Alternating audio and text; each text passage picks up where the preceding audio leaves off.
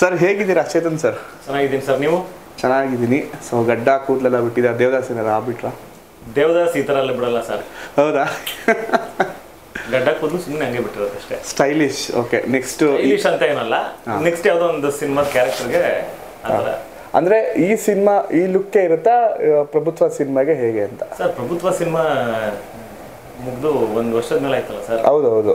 ಅಂದ್ರೆ look next ಪ್ರಾಜೆಕ್ಟ್ಗೆ ಈಗ ಇವಾಗ ಇನ್ನೊಂದು ಪ್ರಾಜೆಕ್ಟ್ ಒಂದು ಸಿದ್ಧಾರ್ಥ್ ಬೋನಾಪಾರ್ಟೆ ಅಂತ ಒಂದು ಮಾಡ್ತಾ ಇದ್ದೀನಿ. ಓಕೆ. ಸೊ ಆ ಪ್ರಾಜೆಕ್ಟ್ ಒಂದು ಸ್ವಲ್ಪ ಡಿಫ್ರೆಂಟ್ ಆಗಿ ಬರೋಣ ಅಂತ. ಸೊ ಪ್ರಭುತ್ವ ಅಂದ್ರೆ ತುಂಬಾ ಗುಡ್ ಬಾಯ್ ತರ ಬರ್ತಿದ್ದೆ. ಓಕೆ. ನನಗೆ ಶೇವ್ ಮಾಡ್ಕೊಂಡು ಕ್ಲೀನ್ ಟ್ರಿಮ್ ಮಾಡಿಸ್ಕೊಂಡು ಈ ಆಫೀಸ್ಗೆ ಹೋಗಲ್ವಾ ಸಾಫ್ಟ್ವೇರ್ ಕಂಪ್ನಿಗೆ, ಆ ತರ ರೆಡಿ ಆಗ್ಬಿಟ್ಟು ಹೋಗ್ಬಿಡ್ತಿದ್ದೆ. ಮದ್ವೆ ಗಂಡು ಚೆನ್ನಾಗಿದೆಯಪ್ಪ ಅನ್ನೋ ತರ. ಓಕೆ. ಬೇಡ ಅದನ್ನ ಇಷ್ಟಪಡಲ್ಲ ಅಂತಂದ್ರೆ ಒಂದು ಚೂರು ಚೇಂಜ್ ಆಗೋಣ ಅಂತ ನಾನೇ ಚೇಂಜ್. ಓಕೆ. ಪ್ರಭುತ್ವ ಅಂತ ವರ್ಡ್ ಕೇಳಿದ ತಕ್ಷಣ ಒಂದು ಪೊಲಿಟಿಕಲ್ ಅಂತ ಬರುತ್ತೆ ಮೈಂಡ್ಗೆ, ರಾಜಕೀಯದ ಒಂದು ಅದು ವರ್ಡ್ ಅಂತ. ಸೊ ಸಿನಿಮಾನು ಹಾಗೆ ಇರುತ್ತಾ ಇಲ್ಲ ಏನಾದ್ರು ಬೇರೆ ತರ ಏನಾದ್ರು ತೋರ್ಸಕ್ ಟ್ರೈ ಮಾಡಿದ್ದೀರಾ? ಸರ್ ಪ್ರಭುತ್ವ ಅಂತಂದ್ರೆ ಗೌರ್ಮೆಂಟ್. ಈ ಸಿನಿಮಾದಲ್ಲಿ ನಾವು ಬರೀ ಗೌರ್ಮೆಂಟು ಇಲ್ಲ ಬರೀ ಎಲೆಕ್ಷನ್ಸು ಅದ್ರ ಬಗ್ಗೆನೇ ಹೋಗ್ತಾ, ಪೊಲಿಟಿಕಲ್ ಬಗ್ಗೆನೇ ಹೋಗ್ತಿಲ್ಲ. ಈ ಸಿನಿಮಾದಲ್ಲಿ ಇದೊಂದು ಕಂಪ್ಲೀಟ್ ಕನ್ನಡ ಚಿತ್ರ ಪ್ರೇಮಿಗಳಿಗೆ ಯಾವ ರೀತಿ ಒಂದು ಸಿನಿಮಾ ಬೇಕೋ ಆ ಥರ ಇರೋವಂಥ ಒಂದು ಸಿನಿಮಾ. ಇದರಲ್ಲಿ ಲವ್ ಇದೆ, ಎಮೋಷನ್ಸ್ ಇದೆ, ಫ್ರೆಂಡ್ಶಿಪ್ ಇದೆ, ಫ್ಯಾಮಿಲಿ ವ್ಯಾಲ್ಯೂಸ್ ಇದೆ. ಒಂದು 30 ವರ್ಷದಲ್ಲಿ ಏನೇನು ಘಟನೆಗಳು ನಡೆಯುತ್ತೆ ಅನ್ನೋ ಒಂದು ಕಂಪ್ಲೀಟ್ 30 years ಒಂದು ಇದನ್ನ ಸ್ಟೋರಿನ ಹೇಳ್ಕೊಂಡು ಹೋಗೋಂಥ ಕಥೆ ಇದೆ ಪ್ರಭುತ್ವ. ಇದರಲ್ಲಿ ಈಗ ನಮ್ಮ ಸಮಾಜದಲ್ಲಿ ಆಗ್ತಿರೋಂಥ ಕೆಲವು ಎಲ್ಲೆಲ್ಲೋ ತಪ್ಪುಗಳಾಗ್ತಿರುತ್ತೆ, ಎಲ್ಲೆಲ್ಲೋ ಅನ್ಯಾಯಗಳಾಗ್ತಿದೆ. ಅದೆಲ್ಲದಕ್ಕೂ ಯಾವುದು ದೃಢವಾಗಿರೋ ಒಂದು ರೂಟ್ ಕಾಸ್ ಯಾವುದು ಅನ್ನೋದಕ್ಕೆ ಪ್ರಭುತ್ವ ಅಂತ ಹೆಸರಿಟ್ಟಿದ್ದಾರೆ. ಸೊ ಗೌರ್ಮೆಂಟೇ ಮೇನಾ ಇಲ್ಲ ಇದು ಫ್ಯಾಮಿಲಿ ಬ್ಯಾಕ್ಗ್ರೌಂಡಲ್ಲಿ ಹೋಗುತ್ತಾ ಇಲ್ಲ ಕಾಮಿಡಿ ಸಿನಿಮಾನ ಏನು ಅನ್ನೋದಕ್ಕೆ ಸಿನಿಮಾ ಬಂದು ನೋಡಬೇಕು. ಬಟ್ ಕಂಪ್ಲೀಟ್ ಎಂಟರ್ಟೈನರ್ ಸರ್ ಇದು. ಈ ಕಂಪ್ಲೀಟ್ ಒಂದು ನಾನೊಬ್ಬ ಸಿನಿಮಾ ಪ್ರೇಮಿಯಾಗಿ ನನಗೆ ಸಿನಿಮಾದಲ್ಲಿ ಆ್ಯಕ್ಷನ್ ಇರಬೇಕು ಅಂತ ಇಷ್ಟ ಆಗುತ್ತೆ, ಮತ್ತು ಒಳ್ಳೆ ಸೆಂಟಿಮೆಂಟ್ಸು ಒಳ್ಳೆ ಎಮೋಷನ್ಸ್ ಇರಬೇಕು ಅಂತ ಏನು ಇಷ್ಟ ಆಗುತ್ತೆ ಅದೇ ಥರ ಸಿನಿಮಾನ ತೆಗೆದಿದ್ದೀವಿ. ಓಕೆ. ಇನ್ನು ಪ್ರಭುತ್ವ ಅಂತ ಒಂದು ಸಿನಿಮಾ ತಗೊಂಡ್ರೆ ಸೊ ರಾಜಕೀಯದಲ್ಲಿ ಈಗ ನಡೀತಿರುವಂತಹ ಭ್ರಷ್ಟಾಚಾರವನ್ನು ಏನಾದ್ರು ಎತ್ತಿ ಹಿಡಿಯೋ ಒಂದು ಪ್ರಯತ್ನ ನಡೆದಿದೆಯಾ? ಸರ್ ಭ್ರಷ್ಟಾಚಾರ ರಾಜಕೀಯದಲ್ಲಿ ಆಗಲಿ ಇಲ್ಲ ಬೇರೆ ಯಾವುದ್ರಲ್ಲಾರ ಆಗಿರಲಿ ಸಮಾಜದಲ್ಲಿ ಇವಾಗ ಮಾತ್ರ ನಡೀತಾ ಇಲ್ಲ. ಇದು ಸುಮಾರು ವರ್ಷಗಳಿಂದ ಬ್ರಿಟಿಷ್ ಕಾಲದಿಂದ ಬರ್ತಾನೆ ಇದೆ ಸರ್ ಅದು. ಸೊ ಇದೊಂದು 30 years ಇಂದ ಅಷ್ಟು ಟೈಮ್ ಲ್ಯಾಪ್ಸಲ್ಲಿ ತೆಗೆದಿರೋ ಸಿನಿಮಾ ಅಂತ ಹೇಳಿದ್ನಲ್ಲ. ಸೊ ಈ ಭ್ರಷ್ಟಾಚಾರ ಇದೆಲ್ಲ ಯಾವ ಥರ ನಿವಾರಣೆ ಆಗುತ್ತೆ, ಇಲ್ಲ ಆಗುತ್ತಾ ಆಗಲ್ವಾ, ಯಾರ್ಯಾರ ಮೇಲೆ ಭ್ರಷ್ಟಾಚಾರ ಆಗುತ್ತೆ, ನಾವೆಲ್ಲ ಸಾಮಾನ್ಯ ಜನರು ನಮ್ಮ ಮೇಲಾಗುತ್ತಾ ಇಲ್ಲ ನಮ್ಮ ಮೇಲಾದರೆ ನಾವು ಅದನ್ನು ಯಾವ ರೀತಿ ಓವರ್ಕಮ್ ಆಗ್ತೀವಿ, ಇಲ್ಲ ಒಬ್ಬ ವಾಪಸ್ ತಿರುಗಿ ಬಿದ್ದರೆ ರೆಬಲ್ ಆದರೆ ಯಾವ ಥರ ಆಗುತ್ತೆ ಅನ್ನೋ ಥರ ಬೇಸ್ ಇಟ್ಕೊಂಡು ಮಾಡಿರೋ ಅಂಥ ಒಂದು ಸಿನಿಮಾ ಇದೆ. Okay.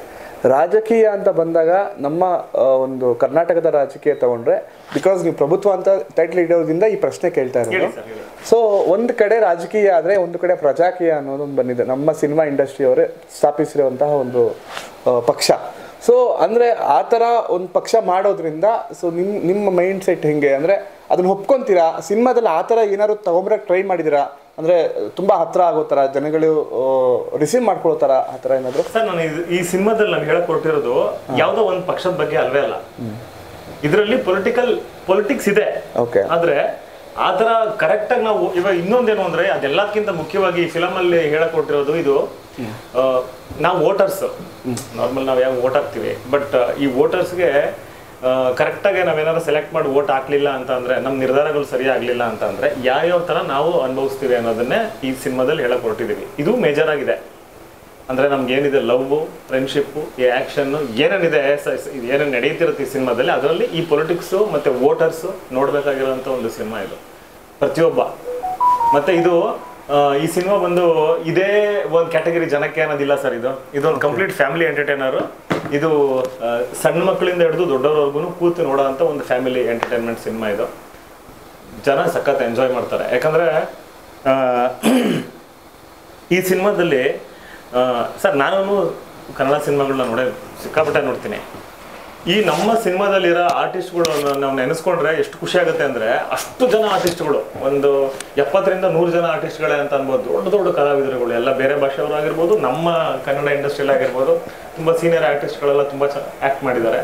So I am very privileged. ನನಗೆ ತುಂಬ ಖುಷಿ ಇದೆ ಇಂಥ ಒಂದು ಒಳ್ಳೆ ಸಿನಿಮಾದಲ್ಲಿ ಇಷ್ಟು ದೊಡ್ಡ ಕಲಾವಿದರುಗಳ ಜೊತೆ ಆ್ಯಕ್ಟ್ ಮಾಡಿದ್ದೀನಿ ಅಂತ ಹೇಳ್ಕೊಳಕ್ಕೆ ಇಷ್ಟ ಇದೆ. ಯಾಕಂದ್ರೆ ನಾನು ಚಿಕ್ಕ ಹುಡುಗ ಇದ್ದಾಗ ನನಗೆ ಶಶಿಕುಮಾರ್ ಸರ್ ಅಂದರೆ ಭಾರಿ ಇಷ್ಟ. He was so charming. So ಅವ್ರದ್ದು ಕಾಮಿಡಿ ಸಿನಿಮಾಗಳಾಗಿರ್ಬೋದು, ಅವ್ರದ್ದು ಕೆಲವು ಡ್ಯಾನ್ಸ್ ಎಲ್ಲ ಸಿನಿಮಾಗಳಾಗಿರ್ಬೋದು, he was so fragile and he was so active ಆ ಒಂದು ಟೈಮಲ್ಲಿ. ಸೊ ಅವ್ರ ಜೊತೆ ನಾನು ಆ್ಯಕ್ಟ್ ಮಾಡಿದ್ದೀನಿ. ಸೊ ಅದು ನನಗೆ ಖುಷಿ ಇದೆ. ನಾಜೀರ್ ಅವರು ಅವ್ರ ಜೊತೆ ಆ್ಯಕ್ಟ್ ಮಾಡಿದ್ದೀನಿ. ಶರತ್ ಲೋಹಿತಾಶ್ ಅವರು ಇದ್ದಾರೆ, ಆಮೇಲೆ ಅಂಬಿಕಾ ಮೇಡಮ್ ಇದ್ದಾರೆ. ಅಂಬಿಕಾ ಮೇಡಮ್ ಅಣ್ಣವ್ರ ಜೊತೆ ಎಲ್ಲ ಆ್ಯಕ್ಟ್ ಮಾಡಿದ್ದಾರೆ. ಸೊ ಆಮೇಲೆ ನಮ್ಮ ಆದಿ ಲೋಕೇಶ್ ಅವರು ಇದ್ದಾರೆ, ಮುನಿ ಅವರು. ಸರ್ ಪ್ರತಿಯೊಂದು ಕ್ಯಾರೆಕ್ಟರ್ಲೂ ತುಂಬ ದೊಡ್ಡ ದೊಡ್ಡ ಆರ್ಟಿಸ್ಟ್ಗಳು ತುಂಬ ಚೆನ್ನಾಗಿ ಪರ್ಫಾರ್ಮ್ ಮಾಡಿದ್ದಾರೆ. ಅಂದರೆ ಅವ್ರ ಪರ್ಫಾರ್ಮೆನ್ಸ್ಗಳನ್ನ ನೋಡೋಕ್ಕೇನೆ ಅಷ್ಟು ಖುಷಿ ಆಗ್ತಿತ್ತು. ಒಬ್ರಿಗಿಂತ ಒಬ್ರು ಒಂದು ಸೀನಲ್ಲಿ ಎಲ್ಲರೂ ಇದ್ರೆ ಹೆಂಗೆ ಪರ್ಫಾರ್ಮೆನ್ಸ್ ಮಾಡ್ತಾರೆ, ಎಲ್ಲರೂ ಘಟಾನುಘಟಿಗಳಿದ್ರೆ ಪರ್ಫಾರ್ಮೆನ್ಸ್ಗಳು. ಸೊ ನನಗೊಂದು ಒಳ್ಳೆ ಎಕ್ಸ್ಪೀರಿಯನ್ಸ್ ಇದೆ ಮತ್ತು ಒಳ್ಳೆ ತುಂಬ ಖುಷಿ ಇದೆ ಇಂಥ ಒಂದು ಒಳ್ಳೆ ಸಿನಿಮಾದಲ್ಲಿ ಆ್ಯಕ್ಟ್ ಮಾಡಿದ್ದೀನಿ ಅನ್ನೋದಕ್ಕೆ. ಹಾಗೆ ಈ ಸಿನಿಮಾ 100% ಇದು ಪೈಸಾ ವಸೂಲ್ ಸಿನಿಮಾನೇ. ಇದು ಯಾವುದೇ ಕಾರಣಕ್ಕೂ ಹೋಗಿ ನೋಡೋರ್ಗಂತೂ ಬೇಜಾರಾಗೋದೇ ಇಲ್ಲ. ಯಾಕಂದರೆ ಕಂಪ್ಲೀಟ್ ಎಂಟರ್ಟೈನ್ಮೆಂಟ್ ಇದೆ. ಕನ್ನಡ ಚಿತ್ರ ಪ್ರೇಮಿಗಳಿಗೆ ಏನು ಬೇಕು ಅದಿದೆ ಸಿನಿಮಾದಲ್ಲಿ. ನಿಮ್ಗೆ ಫ್ರಾಂಕ್ ಆಗಿ ಹೇಳ್ಬೇಕು ಈ ಪ್ರಶ್ನೆಗೆ, ನಾಳೆ ಸಿನಿಮಾ ರಿಲೀಸ್ ಆಗ್ತಾ ಇದೆ ಅನ್ನೋ ಒಂದು ಟೆನ್ಷನ್ ಇದೆಯಾ? ಸದ್ಯ ಕೊನೆಗೂ ಸಿನಿಮಾ ರಿಲೀಸ್ ಆಗ್ತಾ ಇದೆ, ನಾಳೆ ಸಿನಿಮಾ ರಿಲೀಸ್ ಆಗ್ತಿದೆ ಅಂತ ಟೆನ್ಷನ್ ಅಲ್ಲೇ ಇದ್ದೀನಿ. ಯಾಕಂದ್ರೆ ನಿಮ್ಗೆ ನಾವು ಎಕ್ಸಾಮ್ ಪ್ರಿಪೇರ್ ಆಗಿರ್ತೀವಲ್ವಾ, ಅದು ನಾಳೆನೇ ರಿಸಲ್ಟ್ ನಮ್ದು. ಸೊ ನಾವು ಎಕ್ಸಾಮ್ ಬರ್ದ್ಬಿಟ್ಟಿದ್ದೀವಿ, ಪ್ರಿಪರೇಷನ್ ಆಗಿ ಎಕ್ಸಾಮ್ ಎಲ್ಲ ಬರ್ದ್ಬಿಟ್ಟಿದ್ದೀವಿ. ನಾಳೆ ರಿಸಲ್ಟ್ ಬರ್ತಾ ಇದೆ. ರಿಸಲ್ಟು ಈ ವರ್ಷನೇ ಬರ್ಬೋದು, ಇವಾಗಲೇ ಬರ್ಬೋದಿತ್ತು, ಇಲ್ಲ 6 ತಿಂಗಳ ಹಿಂದೆನೇ ಬರ್ಬೋದಿತ್ತು, ಇಲ್ಲ ಇನ್ನೂ 6 ತಿಂಗಳು ಮುಂದಕ್ಕೆ ಹೋದ್ರೂ ಆ ಭಯ ಇದ್ದೇ ಇರುತ್ತೆ. ಯಾಕಂದ್ರೆ ಎಕ್ಸಾಮ್ ಬರೆಯೋದಂತೂ 100% ನಾವು ಪ್ರಿಪೇರ್ ಆಗಿ ಎಲ್ಲರೂ ತುಂಬಾ ಇಷ್ಟಪಟ್ಟು ಬರ್ದಿರೋ ಅಂತ ಒಂದು ಎಕ್ಸಾಮ್ ಇದು.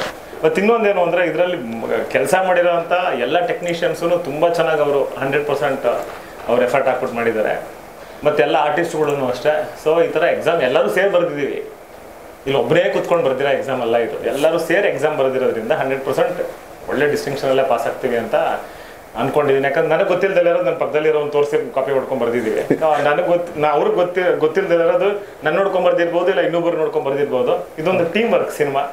ಸೊ ಎಂಟೈರ್ ಟೀಮು ತುಂಬ ಚೆನ್ನಾಗಿದ್ದಾಗ ಒಳ್ಳೆ ಸಿನಿಮಾ 100% ಬರುತ್ತೆ ಅನ್ನೋ ಇದಿದೆ. ರಿಸಲ್ಟು ತುಂಬ ಚೆನ್ನಾಗಿ ಬರುತ್ತೆ ಅಂತ ಒಂದು ನಂಬಿಕೆ ಇದೆ. ಓಕೆ. ಸೊ ಪ್ರಭುತ್ವ ಸಿನಿಮಾ ರೆಡಿ ಆಗಿಬಿಟ್ಟು 1 ವರ್ಷ ಆಯಿತು ಅಂತ ಇನ್ಫಾರ್ಮೇಷನ್ ಗೊತ್ತಿದೆ. ಸೊ ಯಾಕೆ ತಡ ಆಯಿತು? ಕಾರಣ ಏನು? ಕಾರಣ ಸಾಕಷ್ಟು ಕಾರಣಗಳಿರುತ್ತೆ ಸರ್. ಒಂದು ಒಳ್ಳೇದು ಯಾವ್ದಾದ್ರು ಒಂದು ಪ್ರಾಡಕ್ಟ್ ಬರಬೇಕು ಅಂದ್ರೆ ಏನೇನೋ ಕಾರಣಗಳಿರುತ್ತೆ. ಸೊ ಇದು ಏನೋ ಒಂದು ಕಾರಣ, ಅದು ಕೋರ್ಟಲ್ಲೆಲ್ಲ ಸಾಲ್ವ್ ಆಯಿತು. ಸಾಲ್ವ್ ಆದಮೇಲೆ ಇವಾಗ ರಿಲೀಸ್ ಮಾಡ್ತಾ ಇದ್ದೀವಿ. ಅಂದರೆ ಕೆಲವೊಂದು ಸೀನ್ಗಳು ಏನಾದರೂ ಪ್ರಾಬ್ಲಮ್ ಆಯಿತಾ? ಹೇಗೆ? ಸೀನ್ಗಳದೆಲ್ಲ ಏನೂ ಪ್ರಾಬ್ಲಮ್ ಆಗಲಿಲ್ಲ. ಯಾಕಂದರೆ ಇದರಲ್ಲಿ ತುಂಬ ಪ್ರಾಂಪ್ಟ್ ಆಗಿ ತೊಗೊಂಡೋಗಿದ್ದಾರೆ. ಅಂದರೆ ಇಲ್ಲಿ ತುಂಬ ಕ್ರೂರವಾಗಲಿ ಇಲ್ಲ ವಲ್ಗರಾಗಲಿ ಇಲ್ಲ ಆ ಥರದ್ದೆಲ್ಲ ಏನು ತೋರ್ಸಕ್ ಹೋಗಿಲ್ಲ. ಇಲ್ಲಿ ಈ ಥರ ಇದೆ, ಸಮಾಜದಲ್ಲಿ ಈ ಥರ ನಡೀತಿದೆ, ಈ ಥರ ಇದ್ರೆ ನೀವು ಹೇಗಿರ್ಬೇಕು, ಇದು ನಿಮ್ಮಿಂದನೇ ನಡೀತಾ ಇದೆಯಾ ಇಲ್ಲ ಸಮಾಜ ಇರೋದೇ ಹಂಗ ಅಂತ ಹೇಳಕ್ ಹೊರಟಿರೋ ಸಿನಿಮಾ ಇದು. ಸೊ ಇದಕ್ಕೆಲ್ಲ ಮೇನ್ ಕಾರಣ ನೋಡೋಂಥ ಆಡಿಯನ್ಸ್ ಅನ್ನೋದನ್ನ ನೋಡ್ತಾ ನೋಡ್ತಾ ನೋಡ್ತಾ ಗೊತ್ತಾಗ್ತಾ ಹೋಗುತ್ತೆ. ಓಕೆ.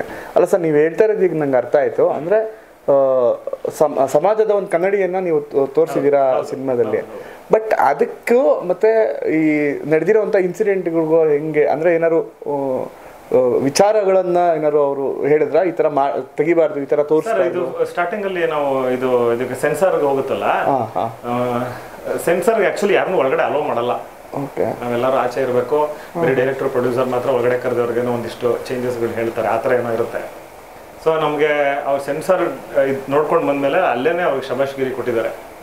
ನಮ್ಮ ಟೀಮ್ ಶಬಾಷ್ಗಿರಿ ಕೊಟ್ಟು ತುಂಬಾ ಚೆನ್ನಾಗಿ ಬಂದಿದೆ, ಕ್ಯಾರಿ ಆನ್ ನಮಗೆ US ಸರ್ಟಿಫಿಕೇಟ್ ಮಾಡೋದು.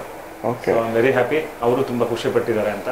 ಮತ್ತೆ ಕೆಲವೊಂದು ಸತ್ಯಗಳು ಸ್ವಲ್ಪ ಕಹಿ ಇರುತ್ತೆ, ಆ ಥರ ಸತ್ಯಗಳು ಹೇಳಕ್ ಹೋದಾಗ ಅದನ್ನ ಮಾತ್ರ ಕೆಲವೊಂದು ಇದು ಮಾಡಿ ಅಂತ ಹೇಳಿದಾರೆ, ಅದನ್ನ ನಾವು ತೆಗೆದಿದ್ದೇವೆ. ಬಟ್ ಬೇರೆ ಭಾಷೆಗಳಲ್ಲೆಲ್ಲ ಆ ಥರ ಮಾಡಿದ್ರಲ್ಲ, ಯಾಕೆ ನಮ್ಮ ಕನ್ನಡಕ್ಕೆ ಈ ಥರ ಮಾಡ್ತಾ ಅದನ್ನ ನಾವು ಸೆನ್ಸರ್ಗೆ ಅದು ಕೇಳ್ಬೇಕು ಸರ್, ನನಗೆ ಗೊತ್ತಿಲ್ಲ. ನಾನು ಆ ಸೆನ್ಸರ್ ವರ್ಗು ಅದನ್ನು ಹೋಗಿಲ್ಲ. ಅಲ್ಲ, ನೀವು ನೋಡಿದಿರಲ್ಲ ಬೇರೆ ಸಿನಿಮಾಗಳಲ್ಲಿ ಈ ಥರ ತೋರಿಸಿರೋ ಡೈರೆಕ್ಟ್ ಆಗಿ ಹೇಳಿರೋದು ಸರ್, ಅದಕ್ಕೆ ಏರ್ ಸರ್ಟಿಫಿಕೇಟ್ ಕೊಟ್ಬಿಡ್ಬೋದೇನೋ, ಇಲ್ಲಾಂದ್ರೆ ಇಲ್ಲಿ ಸಿಗಲ್ಲ ಅಂದ್ರೆ ಅಲ್ಲಿ ಹೋಗ್ತೀವಿ, ಅಲ್ಲಿ ಸಿಗಲ್ಲ ಅಂದ್ರೆ ಅಲ್ಲಿ ಹೋಗ್ತೀವಿ. ನಮ್ದು ಪ್ಯೂರ್ ಕನ್ನಡ ಸಿನಿಮಾ ಸರ್. ನಾವ್ ಇದನ್ನ ಬೇರೆ ಕಡೆ ಹೋಗ್ಬಿಟ್ಟು ಬಾಂಬೆಲಿ ಸರ್ಟಿಫಿಕೇಶನ್ ಮಾಡಿಸ್ಕೊಂಡ್ ಬರ್ತೀವಿ ಅಂತ ಹೋಗಕ್ಕಾಗಲ್ಲ.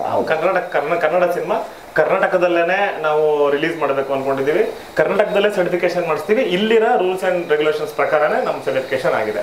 ಅದರಿಂದ ಏನು ಅಂದ್ರೆ ಕಂಟಿನ್ಯೂಟಿ ಏನು ಪ್ರಾಬ್ಲಮ್ ಆಗಿಲ್ಲ? ಏನೂ ಆಗಿಲ್ಲ. ಒಂದಿಷ್ಟು ಮ್ಯೂಟ್ ಮಾಡಿ ಅಂತ ಹೇಳಿದ್ದಾರೆ, ಮ್ಯೂಟ್ ಮಾಡಿದೀವಿ. ಅದು ಮ್ಯೂಟ್ ಅಲ್ಲಿ ನಾವು ಬೈದ್ರೂ ಜನಕ್ಕೆ ಗೊತ್ತಾಗುತ್ತೆ, ಮ್ಯೂಟ್ ಮಾಡಿದ್ರೆ ಗೊತ್ತಾಗುತ್ತೆ, ಬಟ್ ನಾವು ಹೇಳೋದು ಬೇಡ ಅಂತ ಅಷ್ಟೇ. ಅಲ್ಲಿ ಬೀಪ್ ಹಾಕಿರ್ಬೋದು, ಇಲ್ಲ ಮ್ಯೂಟ್ ಮಾಡಿರ್ಬೋದು, Okay. ಬಟ್ ಯಾವ್ದೇ ತರ ಫ್ಲೋ ಕಟ್ ಮಾಡಿ ಅಂತ ಎಲ್ಲೂ ಹೇಳಿಲ್ಲ, ಬರೀ ಮ್ಯೂಟ್ ಇಲ್ಲ ಬೀಪ್.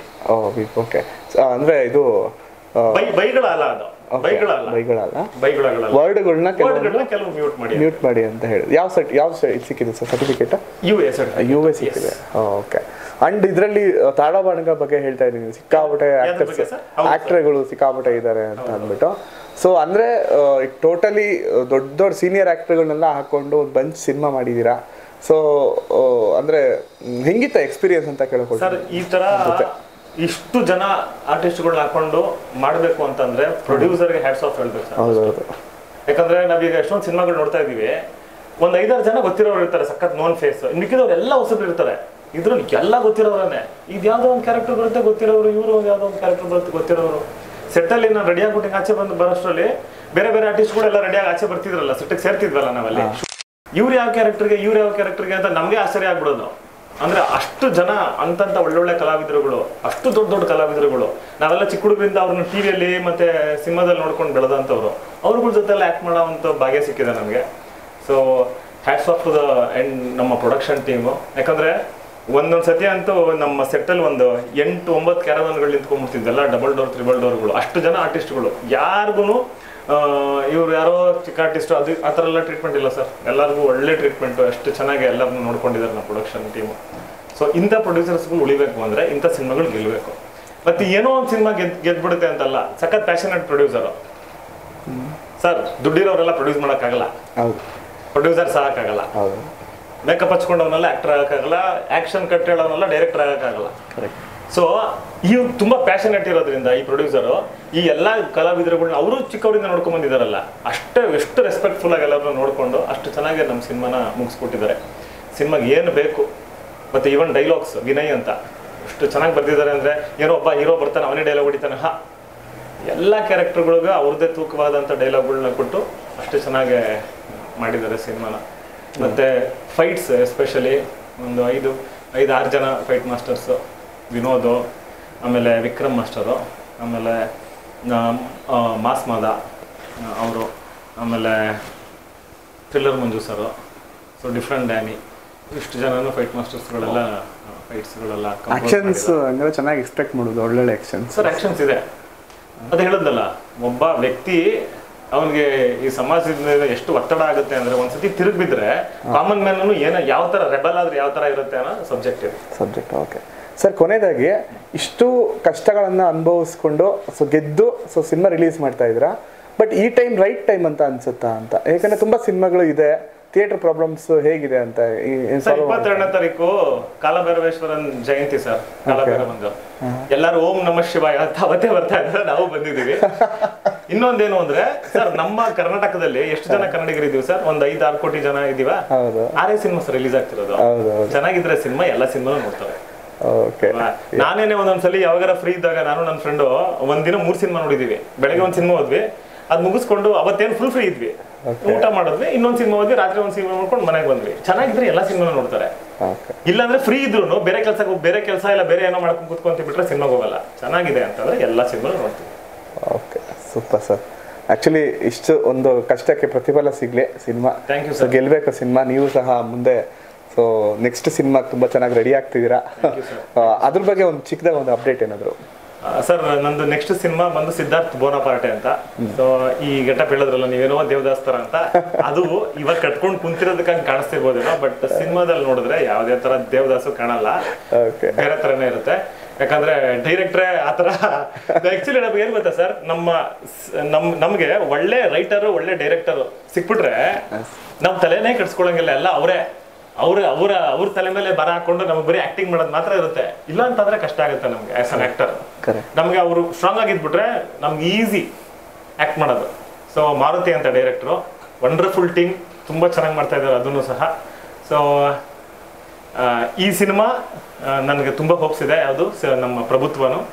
ಸೊ ಇದರಿಂದ ಅದಕ್ಕೂ ನೆಕ್ಸ್ಟ್ ಸ್ಟೆಪ್ ಒಂದೊಂದು ಸ್ಟೆಪ್ ಮುಂದೆ ಹೋಗ್ತಾ ಇರೋಣ ಅಂತ. ಯಾಕಂದ್ರೆ ಹಿಂದೆ ತಿರುಗಿ ಟೈಮ್ ಇಲ್ಲ ಸರ್ ಇವಾಗ. ಸೊ ಲೇಟ್ ಮಾಡೋದು ಬೇಡ, ಒಳ್ಳೊಳ್ಳೆ ಸಿನಿಮಾಗಳನ್ನ ನಮ್ಮ ಜನ ಕೊಟ್ಕೊಂಡು ಹೋಗೋಣ ಅಂತ. Yes sir. All the best sir ನಿಮಗೆ. ಬೇಗ ಸಿನಿಮಾಗಳು ವರ್ಷಕ್ಕೊಂದು 3-4 ಸಿನಿಮಾಗಳು ಮಾಡೋ ಥರ ಆಗ್ಲಿ ಸರ್, ನಿಮ್ ಬಾಯರ್ಕೆ ಅಂತ ಹಂಗೆ ಆಗಿ ವರ್ಷಕ್ಕೆ 3-4 ಸಿನಿಮಾ ಕೊಡಕ್ ನಾನ್ ರೆಡಿ ಇದ್ದೀನಿ. Yes sir. 24 ಗಂಟೆ ಕೆಲಸ ಮಾಡಕ್ ರೆಡಿ ಇದ್ದೀನಿ. ನಿದ್ದೆನೆ ಬೇಡ ಬೇಕಾದ್ರೆ ನನ್ಗೆ. ಸುಮ್ನೆ ಮುಖಕ್ಕೆ ನೀರ್ ಹಾಕೋ, ಅಲ್ಲಿ ಇಲ್ಲಿ ಓಡಾಡ್ತಾ ತೂಗಿಸ್ಕೊಂಡ್ರು ಸಿನಿಮಾ ಮಾಡ್ಬಿಡ್ತೀನಿ. ಅಷ್ಟು ಎಫರ್ಟ್ ಹಾಕಕ್ ನಾನ್ ರೆಡಿ ಇದ್ದೀನಿ. ಅದೇ ತರ ನನ್ಗೆ ಆಪರ್ಚುನಿಟಿಗಳು ಸಿಗ್ಬೇಕು. ಅಂದ್ರೆ ಇವಾಗ ಸಿಕ್ಕಿದ್ದಾರೆ, ಒಳ್ಳೊಳ್ಳೆ ಟೀಮ್ಗಳು ಸಿಕ್ಕಿದೆ, ತುಂಬಾ ಚೆನ್ನಾಗಿ ಮಾಡ್ತಾ ಇದೀವಿ. 100% ಒಳ್ಳೆ ಸಿನಿಮಾ ನಮ್ಮ ಕನ್ನಡ ಜನತೆಗೆ ನಾನು ಕೊಟ್ಟೇ ಕೊಡ್ತೀನಿ. Yes sir. ಸೊ ಅದೇ ನೀವು ಹೇಳ್ದಂಗೆ ಅದೇ ಥರ ಬ್ಯುಸಿ ಆಗಿ ನೀವು ಅಂತ ನಾನು ಕೇಳ್ಕೊತೀನಿ. Thank you sir. So finally sir, Kannada ಜನತೆಗೆ ನಾಳೆ ಸಿನಿಮಾ ರಿಲೀಸ್ ಆಗ್ತಾ ಇದೆ. ಸೊ ಏನು ಹೇಳಕ್ಕೆ ಇಷ್ಟಪಡ್ತೀರಾ?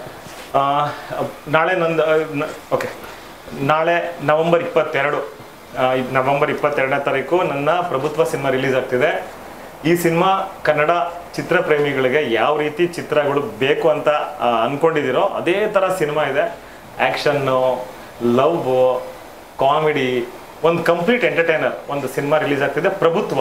ಸೊ ದಯವಿಟ್ಟು ಎಲ್ಲರೂ ಹೋಗಿ ನಿಮ್ಮ ಹತ್ತಿರದ ಚಿತ್ರಮಂದಿರಗಳಿಗೆ ಹೋಗಿ ನಿಮ್ಮ ಫ್ಯಾಮಿಲಿ ಜೊತೆ, ನಿಮ್ಮ ಫ್ರೆಂಡ್ಸ್ ಜೊತೆ ಅಂತ ಕೇಳಕ್ಕೆ ಇಷ್ಟಪಡ್ತೇನೆ. Thank you.